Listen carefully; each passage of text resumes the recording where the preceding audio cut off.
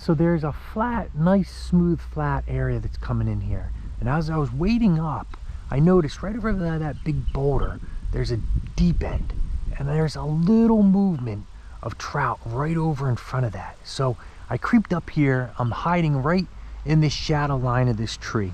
So you can sort of see I'm in here. If I were to move back, you can see me over here. But I'm up into the shadow line, so I can't really spook any trout with, you know, that are looking over in here.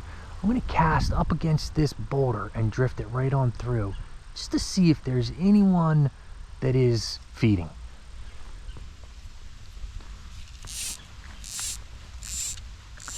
I'll make a couple casts and then I'll probably make my way up there as well after I make a couple casts, just to see if anyone's in there further.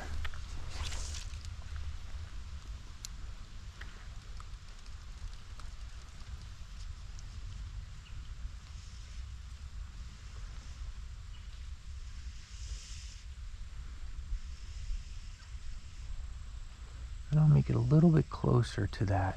I didn't want to spook anyone right away, so I'm going to cast right over there behind that boulder.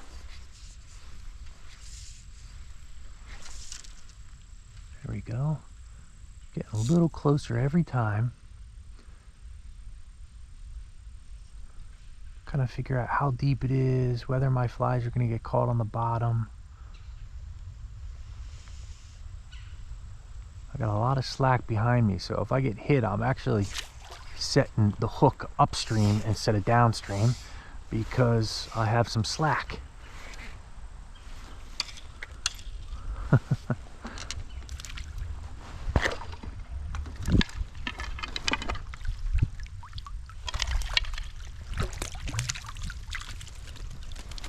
Tiny little fall fish. Come here. Right on the side of the lip, barely hooked. There you go. Gorgeous fish.